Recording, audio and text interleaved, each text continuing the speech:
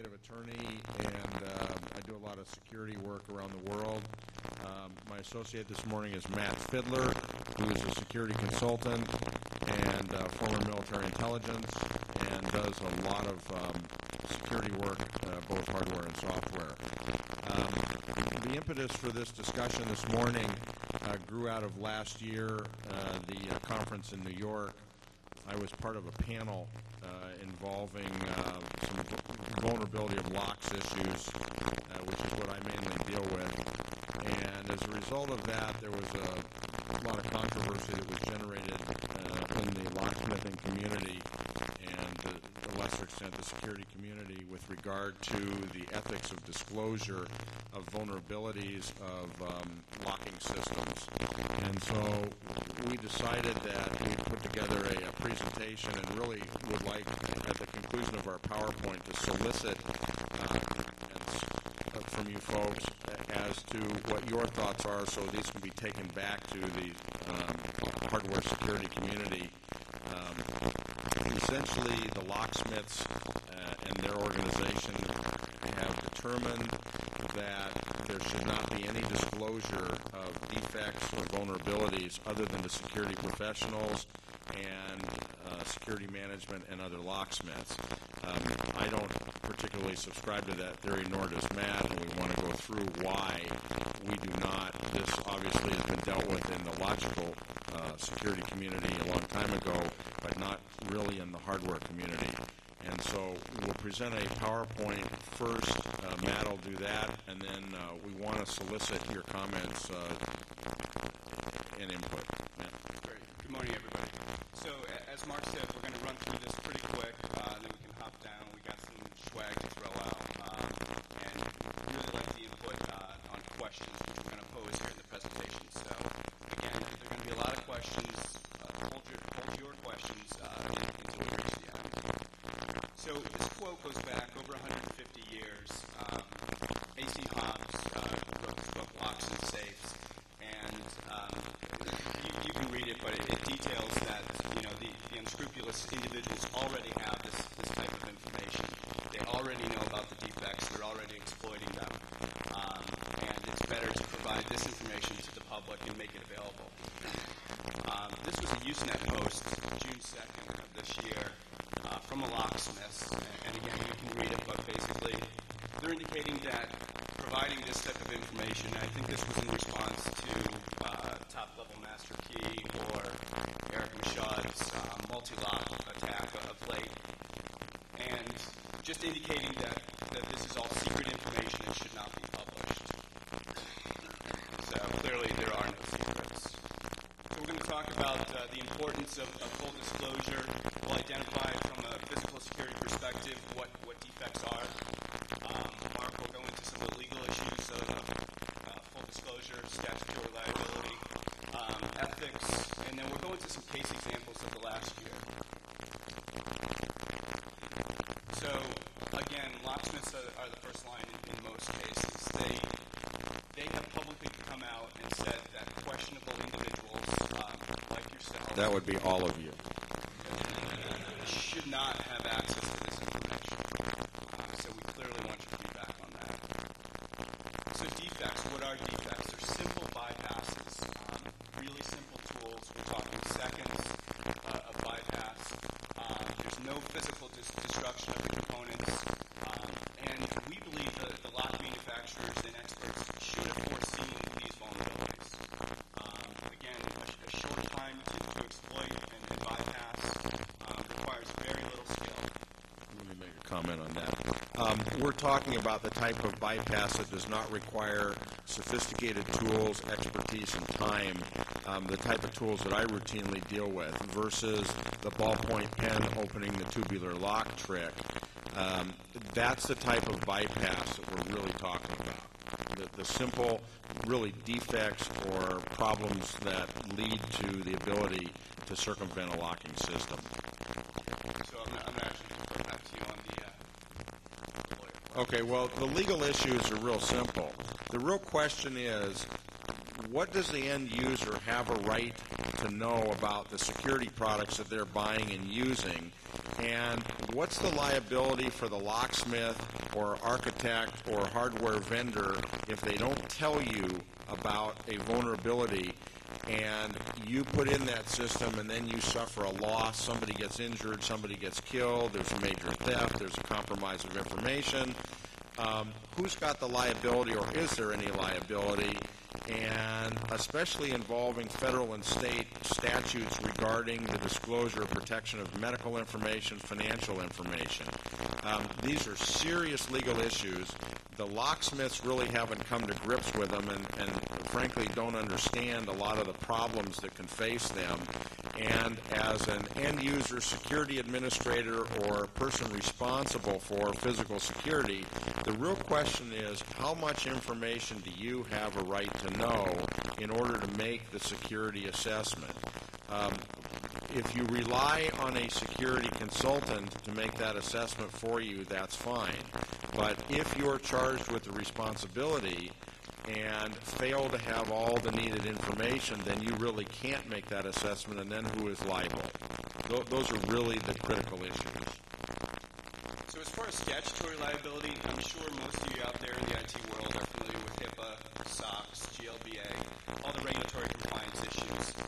HIPAA, over one quarter, or almost one quarter of HIPAA statutes govern physical access control, access to facilities, file lockers, etc., containing protected health information. So clearly, we're all in bed with these regulatory issues. SB 1386, the loss of information assets. It's incumbent on us to understand the physical hardware that protects these assets. So we're getting to the ethical debate. Again, the question we want to throw out there, we'd like to get your feedback. Come on up, ask questions. But again, if the manufacturer's notified, what should they do? Should they admit it? Should they be publicized? We'll talk about some case examples with Kryptonite, some other vendors, and how they handle full disclosure. And ultimately, what is the vendor's level of negligence? And one other comment.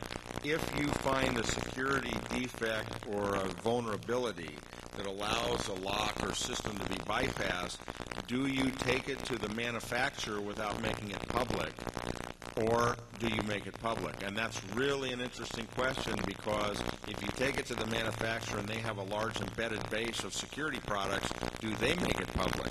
The responsible manufacturers will, a lot of them will not. So where does that leave the end user?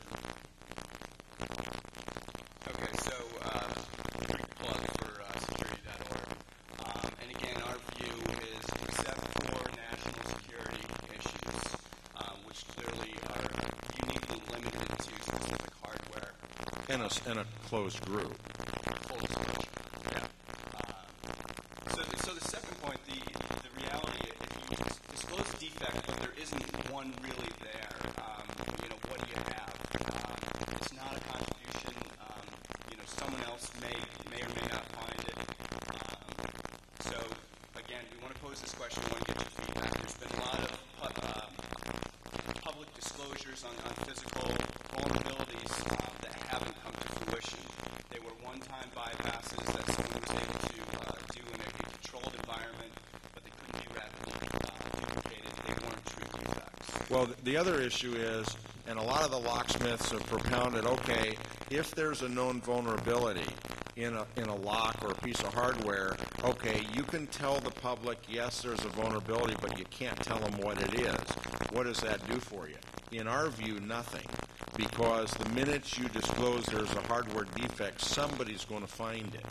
And if they find it, they're going to publish it. A lot of the locksmiths haven't heard of the Internet yet. And so they still believe that there are secrets out there, and as we keep trying to tell them, there are no secrets anymore. So some considerations for thought, again, given the questions from the audience here. Need to know a full disclosure. The level of expertise that we spoke about, some of the bypass techniques that we've disclosed and others have disclosed were compromised or applied by 10-year-old children in seconds with little or no training. Do we need to advise the manufacturer following the full disclosure procedure?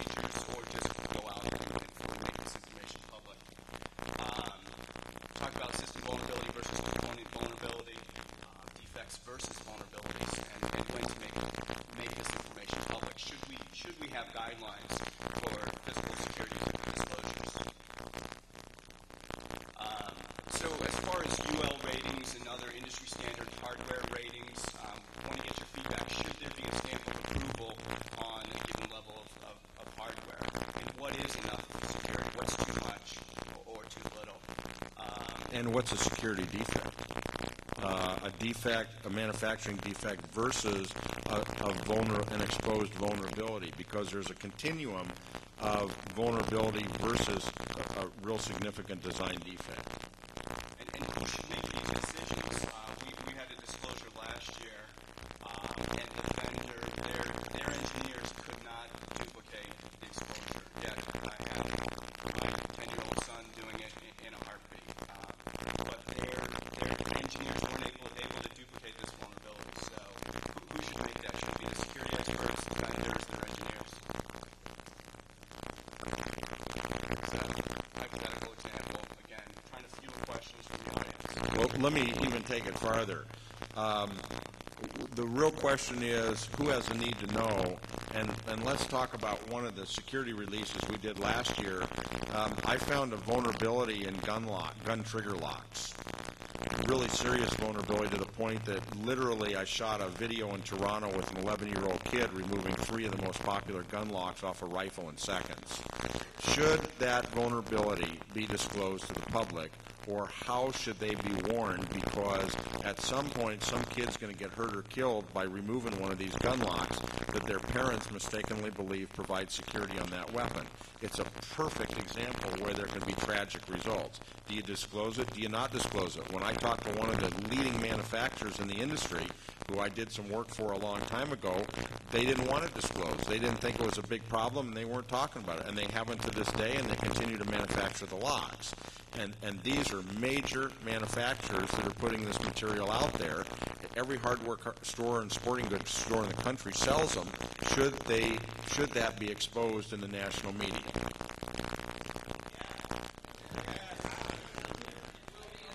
Okay, and we'll talk about that in a minute, because, well, you say yes until you're the parent of a kid that reads a report on the internet and then goes and pulls a gun lock off a weapon and shoots one of his classmates, and then you're going to be coming to me saying, what the hell did you publish it for?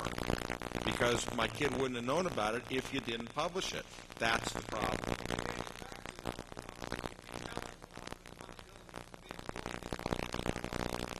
I agree. We'll talk about it in just a minute.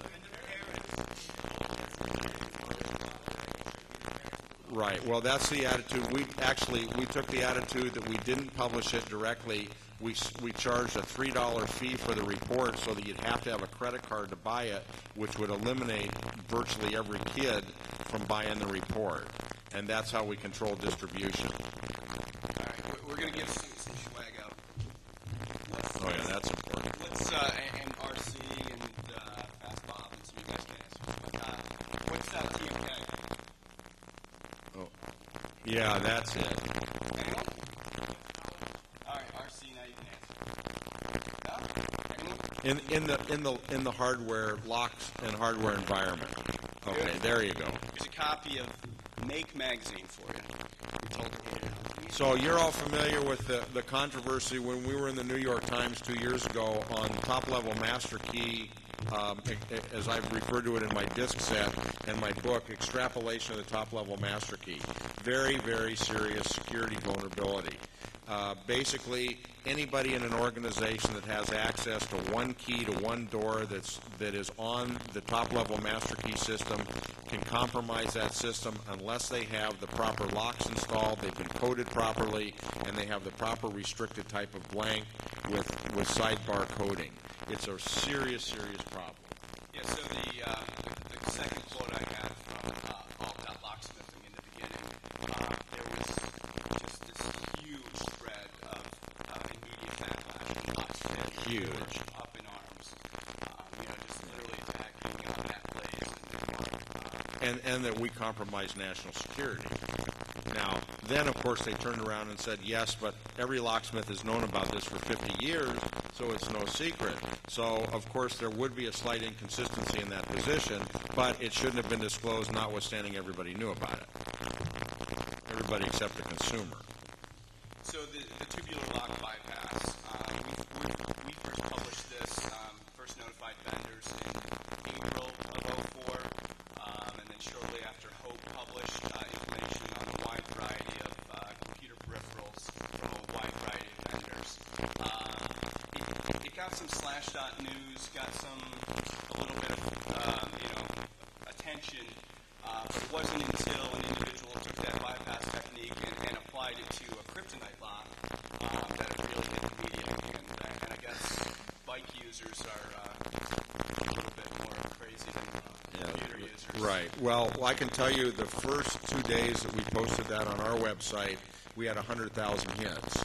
And I had thousands of emails from security administrators from colleges, governments, hospitals, schools, wanting to know what to do about their laptop locks, which escalated into the bike lock issue and into gun locks that use tubular locks. The problem isn't with the tubular lock. The problem is with inexpensive tubular locks that aren't designed properly. Now, as a result of that, and I can talk about kryptonite, they really did the right thing. They woke up one morning to all the flood of media, and it was sort of it was a big surprise for them. And so they spent a couple days looking at the issue, and then they finally made a corporate decision. They were going to replace every lock, which I believe was the very responsible thing to do. Frankly, there wasn't anything else they could do. The management of Kryptonite, which is a sub-company of Schlage Lock, they made the decision to bite the bullet. They admitted the problem, and they offered a free replacement no matter when you bought your lock. They, to date, have replaced, my understanding, about 350,000 of them at a cost of about $10 million or more to Schlage.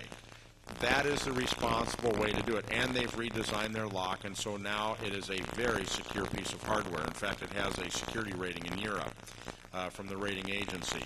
They're not going to be easily broken. Now, that's right. That we can't talk about that. That would never have occurred if actually we hadn't released our initial report, and then one of the bikers picked up on it and described the vulnerability for kryptonite locks, which have been and are the leader worldwide in the industry. And so it's a prime example. The bottom line is don't kill the messenger for the message. If you have a security defect or a vulnerability in your hardware, fix it or don't sell it. That's really the bottom line. Now, obviously, a lot of lock manufacturers don't subscribe to that theory, but they should, and the consumer really dictates that. Right. So, again, Kryptonite clearly did it right. Other vendors, and we're not going to name names, but again, their engineers could not duplicate. They couldn't take a Bic pen or a paper read Flex Grip Ultra and bypass the lock. It's amazing. But I can also tell you that they are, because I'm in contact with a lot of them, they are implementing design changes to frustrate the problem. It's actually a very difficult problem to solve. It's not quite so easy as everybody thinks. But all of the vendors that I'm dealing with, they are taking a responsible approach now, and they are solving the problem. Okay, so bump keys or 999 keys, this is where a key is cut to its highest position on all the biddings to produce an inertia effect against all the pins.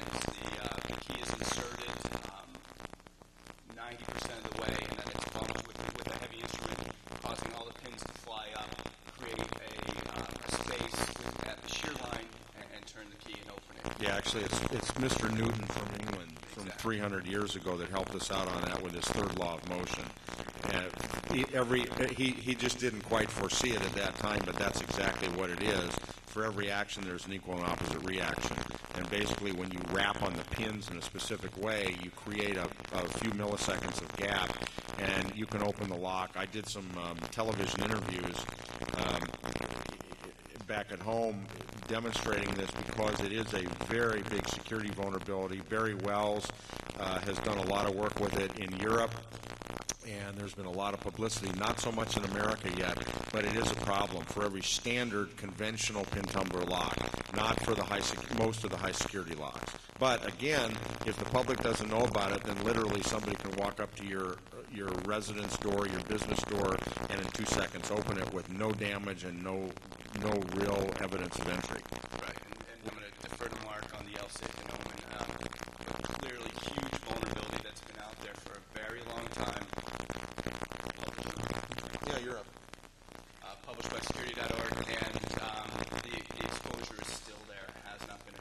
Yeah, let me just address that for 2 minutes. About 7, 8 years ago, I got a phone call from a locksmith in Hawaii, L-Safe, which is the largest in-room safe manufacturer in the world. They're owned by the Assa Abloy Group.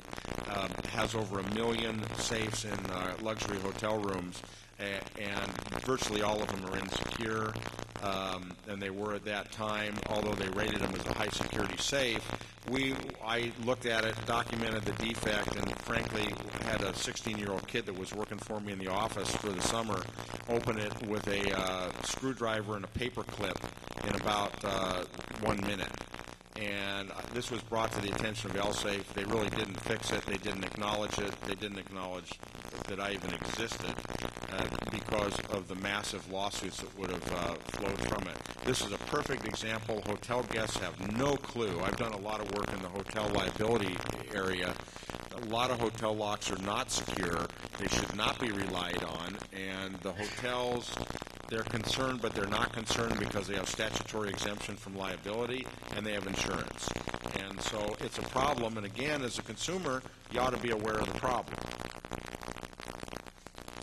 So again, the list, Mark mentioned with the tubular locks, that extends across a whole host of applications, safes, Harley-Davidson disc brake locks, Jaguar keys are compromised with that. It's huge. TSA luggage locks. Everybody's using them to lock their luggage when they fly. They're very insecure. We put out a security alert and demonstrated how you could take a piece of plastic from a credit card and open the most popular ones just by sticking a little piece of square plastic in the keyway. This is not security, and the real problem in that area is not theft from your luggage, because it's easy to rip open luggage. The real issue, in my view, and I did a magazine article over in Europe on it, is that contraband can be put into your luggage after you think it's locked, and if it's not caught in security, then it can be a real serious problem.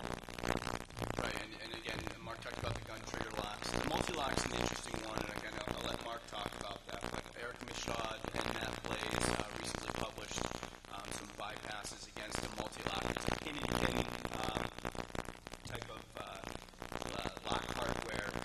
They were supposedly able to compromise this. Well, multi-lock is a telescoping pin, very high security lock. They're made in Israel. I've been to their factory many times. They're also part of the Assa Abloy Group out of Finland. Eric Michaud actually thought he came up with a compromise. When you are talking about bypass of locks, especially high security, one of the criteria is repeatability, and which I don't believe can be shown in this particular bypass. Opening one lock doesn't mean anything. Opening all of them or 99% of them reliably within a time frame means a lot. That has not been demonstrated with multi-lock, and frankly, I don't think it will. I've done quite a bit of analysis on their locking system. It's a very secure device, but it was published. And the flip side of this argument is, should it have been published until it was truly documented? Theoretical in the laboratory is one thing, but you don't cause a manufacturer problem, or you don't cause the public a security concern unless you can document it.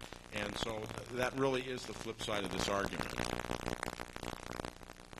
All right, so we're really looking to empower you with your experience, your vulnerability exposures, to go out there, to look at hardware, look at it under a different light. Again, we're going to have a question and answer session. I think we've got about 20 minutes. But you have the knowledge, you have the curiosity, the tools and techniques. There's a lot of information out there. Yeah, there's a lot of material on the net. There's some on our website that's publicly available. A lot of it's restricted, but there's a lot of material out there. What you really have to understand these systems, and again, it all comes down to what is your need to know, which is where I think we ought to begin this discussion. What is your need to know from manufacturers about vulnerabilities? So if you want to come up, I'll bring a mic down. And I think we ought to start off. What do y'all think about the gun lock issue? And should we have disclosed it? Oh, that's almost unanimous. Anyone for a free copy of LSS Plus? Come on up. but ask a question. Actually, Matt, maybe they ought to come up afterwards because otherwise it's going to take time into the presentation. Maybe they ought to come up to get CDs afterwards. All right, yeah, we'll do CDs after. Why don't we do this at 10 to 11 so that we don't take time into this? Can you comment on electronic access control systems at all? Vulnerabilities? Can you comment on the vulnerabilities of electronic access control systems? Well, actually, I just did a survey study of all of the access control technologies for one of the government agencies. Some of them are secure. Some of them are marginally secure. There's been a lot in the media about how things can be compromised. Yeah, it's the real question is if there's a security vulnerability on the electronic side, should it be published? What's your attitude? Okay, so should it be published?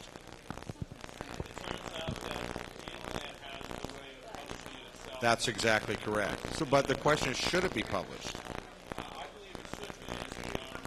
Yeah, you need to use a microphone. I believe it should be, but manufacturers should be given some disclosure period so that they can react to it. And if they're going to... That is the responsible way to deal with it, unless national security is involved. Yeah, I mean, most manufacturers, us included, are working on, preventing these things and coming out with new technologies, and it would be unfair for it to be disclosed before we had a solution to the problem. I agree with that. Okay, next question. Hello. My concern you have to speak up. My concern is with the HID card systems that I installed just about every server room I had a chance to work in. And to date, I have not seen any published reports, any vulnerabilities on the system. I'm sure they exist, but what I'm basically concerned about is electronic systems.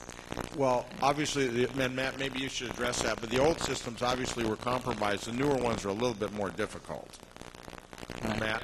So HID has their traditional proximity-based cards have been compromised. There is public information out there to duplicate a card. The new HID I-class cards defeat that capability, but there is publicly available information on the HID cards. Next. What do you think about a peer review system like they do in scientific journals for lock security? Say that again. So in scientific journals, what they do is they sort of publish them and then let everyone verify it before it's considered good. What if you think it might apply well to lock spinning? I think that happens on the internet about locks. It's just that it can really cause a manufacturer a problem if you publish that there's a vulnerability. Well, I mean, do you think we could sort of engineer a place where you could publish a possible vulnerability and people wouldn't lose their head? I don't think. See, I think that'd be all right. So my theory and Matt's theory in all this is the more people that are looking at locks, the better, because all it can do is improve the end product. There's a lot of sports lock-picking clubs in Europe. I go to some of them and routinely visit with them, speak, and learn. They're just starting in America, and Matt can address that more, but I think it's a good thing because there are engineers, lawyers, doctors, teachers, kids, housewives. To pick a lock is an intellectual challenge. It's not just mechanical. To me, it's much better than chess. I've been doing it since I was 15, and it's intriguing. In fact, I'm doing a new book on the subject, and it is really intriguing. And so the more people that are looking at locks and finding potential exploits, in my view, the better. And the responsible manufacturers will agree with me. They want the input because at the end of the day, they want to make the best locks possible. End of story. Next. Yeah, so briefly, lockpicking101.com is the definitive source for information. They've started some lock sports organizations. There's one in Europe that very well runs its tool, tool.nl. I think the URL was in the presentation. But so lock sports are picking up. Clearly, we have the lock picking competition here. It's a blast. It's a lot of fun. So I'm curious to get the thoughts on, going back to the tubular gun lock issue, if you remove as far layers as you want to go, that also includes safes, store locks into gun stores. Given the number of lawsuits that have come against gun manufacturers for what have happened, do you believe there will be a change before there's a lot of lawsuits against gun lock manufacturers for the same thing? No. It depends. If they're negligent, if it's purely a negligent design, yes. The real problem in lockpicking and decoding and impressioning is one of expertise and skill level and time and tools required. If a 10-year-old kid can open a gun lock by wrapping it on the floor or sticking an ice pick into it, which is what I demonstrated, and pop it off the weapon in 2 seconds, I think they're going to get sued if somebody gets hurt or killed. It's a defective manufacturer, and they all copied each other's defects. If it's more esoteric than that, no. Well, the reason why I mention that is a lot of the lawsuits that have been against the manufacturers of guns have just been because they're guns. Yeah, that's right. And so, going along those lines, if we do end up with something like a mandatory gun lock law, which could happen, given the fact that the locks actually work and you're still able to use a weapon, do you see that going down the bad path? Yeah, I mean, if the gun locks work, and I'm dealing with some manufacturers in Europe on this issue, if they work and then there's a defect and you're able to fire the weapon, it puts them a lot closer to liability. I'm not sure. Gun locks are a really complicated problem. Next. In the American patent system, we're dealing with software now, and it's stifling innovation left and right. I was wondering about your opinion on whether or not the American patent system is stifling or helping innovation in the creation of locks You mean the and patent better system? locks. Mm-hmm. Yeah, I think it's helping. I mean, look, if you're inventive and create something that is unique and provides security, some of them do, some of them don't. The patent doesn't guarantee security. I think our system rewards you for that. That gives you a monopoly on that product for 20 years. Every major design defect in locks is described in patents to improve it. And so I've done a lot of research in the U.S. and English patent offices to find out vulnerabilities from when I write books. And so, it's a positive thing. So harder designs actually do make it into multiple vendors of locks. Yeah. Okay, cool. Oh, sure. Yeah, look, there's nothing new in locks. Everybody copies everything and modifies it for patents. Yes, sir. Hi. You mentioned the full disclosure, except in cases of national security. If you found out like some government organization was using a certain brand of lock, and you know that there was what? This audio system is not really good. If you found out that some government organization, like some base, was using a certain brand of lock, and that you knew there was a screaming vulnerability, and you brought it to, either the attention of security forces or someone in charge of security on the base or organization, and they didn't do anything about it. I mean, how do you normally handle that? I mean, what do you just... Well, you bring it to their attention? That's a real judgment call. I've brought vulnerabilities to GSA's attention and did not publish them upon their request. Even though their first comment was, if it's not covert, we don't care. If you have to drill a hole in the lock, we don't care. I said, okay, we're going to publish it. No, you're not. Why not? Well, because it's a security problem. Well, but these locks are used in the banking industry, and everybody ought to know about it. No, they really shouldn't know about it. And if you publish it, we'll classify it. Now, that was the government's response. I wasn't afraid of their response because I don't think they could sustain that, but I didn't publish it because it was a responsible thing to do. About 5 years ago.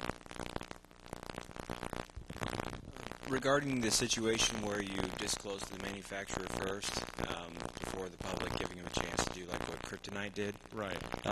What kind of turnaround time is reasonable for a manufacturer to be able to retool? Oh, I think Kryptonite was pretty reasonable. They did it in like 2 months. Really? Yeah. They had a huge problem, and they acknowledged it, and they fixed it. I I mean, they did what they were supposed to do, and it cost them $10 million to do it. And with no questions asked. You know, they didn't depreciate if you had had that lock for 10 years, they still gave you a new one. They didn't depreciate the value like your insurance company would do on your homeowners and say, well, that lock's only, you paid $100 for it, but it's only worth $25, so now we're going to give you a coupon for $25 to go buy a new one, which would have been a marketing bonanza for them. They didn't do that. They just replaced it. They said, hey, send us your lock or send us proof, we'll send you a new one. I don't know if they. I don't know if they probably not. I don't know, but they do have a better lock now. It's a tough lock. I understand your argument about defective, being something that maybe a 10-year-old could open versus a skilled person, but I don't have any 10-year-olds running around my corporation, and if I go to buy a lock to lock the data center door, I want to be.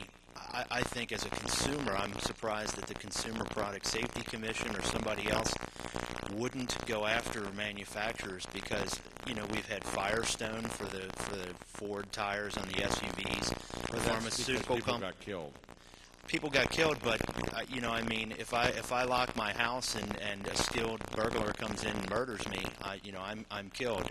Vioxx, the anti-arthritis drug, it was clearly uncovered that they knew there was a problem and swept it under the rug, and they're being punished for that fact.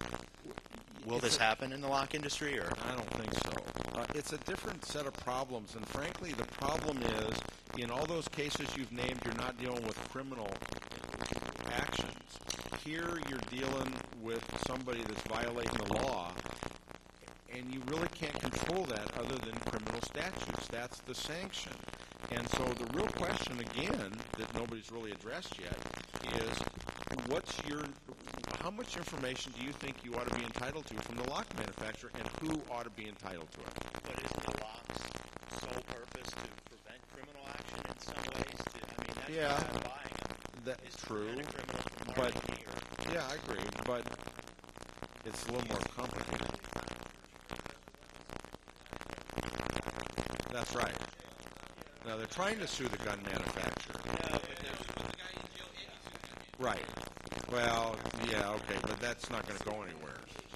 Next question, because we're running out of time. Instead of waiting for a lock manufacturer to invest marketing dollars and then pissing them off by releasing a security breach in their lock, do you think the manufacturers would consider almost like a hardware open source review of their design before going to market so that they can avoid this problem? Why not? No. But isn't it better than Well, first of all, until they receive a patent, they're not going to publish anything. That's the way things work.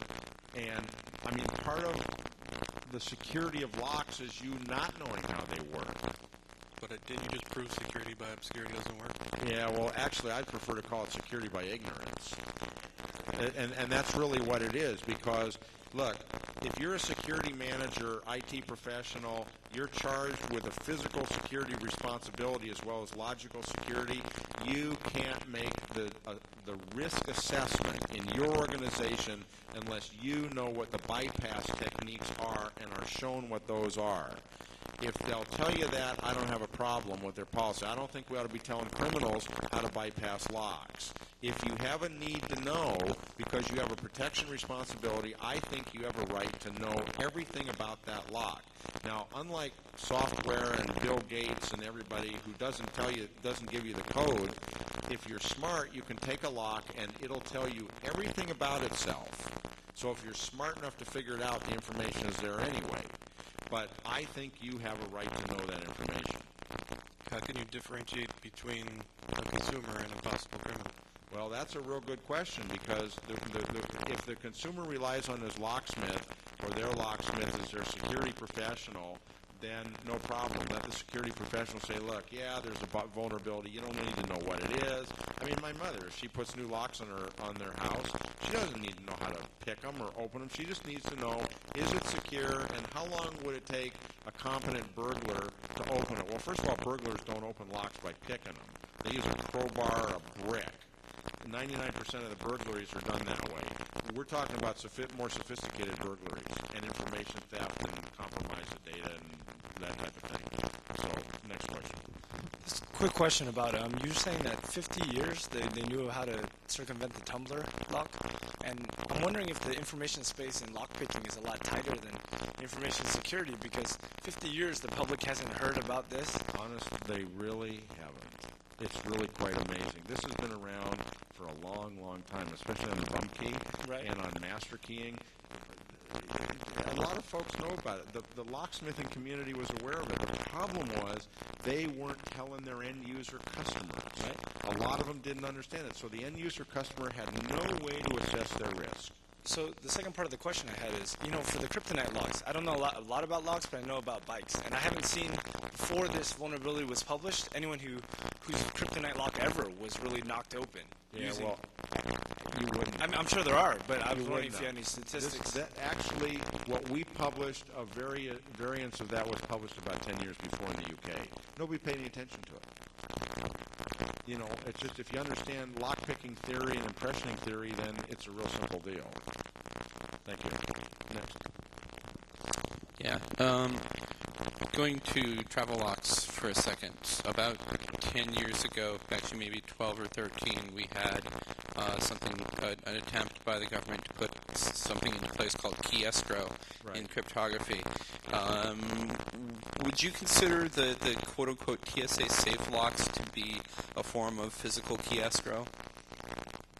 No. First of all, they're $10 cheap locks. And the problem is the public doesn't understand that. They think they're buying security, and it's a matter of convenience. Look, you have two choices. If you want to lock your luggage to prevent pilfering, allegedly, then you put a lock that TSA can get into, because otherwise they're going to cut the lock because they have a legitimate interest in seeing what's in your luggage. End of story. I mean, that's why TSA locks were developed. A trade organization got all the lock manufacturers together, established criteria for 5 different kinds of locks that all have master keys or a bypass key that TSA can get into. That's their sole purpose. But isn't that that's not a form of key escrow? It's not a form of giving them, here's the pattern for the key to get into the lock? In that regard, yeah. But I don't think anybody's going to disagree that TSA doesn't have the right to check your luggage. No, I'm not disagreeing with that. I'm just saying that this is maybe. I mean, it's a loose parallel. I don't think it's exact. But okay. Yeah. All right. Yeah. Yeah, actually, I would recommend. I travel a lot, and I would recommend instead of using a lock, use a penetration tag. Use like the little wire tags or something like that. Because at least that way you know if somebody broke into the back. You tagged it. You know if when you pull it. Yeah, if you're not going to be able to lock, he said you can lock it back up, and they can stick something in there, lock it back up. You won't know. Well, it's not TSA that I'm worried about sticking something back in there. They'll steal it. They won't put it back in. Well, that's been documented. There's been lots of arrests. The problem is your hotel porter in London putting something into your locked luggage that you don't know is there, either narcotics or explosives or whatever, and you think you're okay because it was locked. That's where I think the problem is. We got time for one more quick question. Yeah. Hey, Mark, a year ago at Hope, you talked about the idea of a national security college. Did anything ever come of that idea? And is that you still looking into doing something with that? I'd love to do something with it. I had some media interest, but it's America. Nobody does anything. I think it's a great idea, though. Are we out of time, Matt? Yeah, we're out of time. Thank you very much. Pleasure.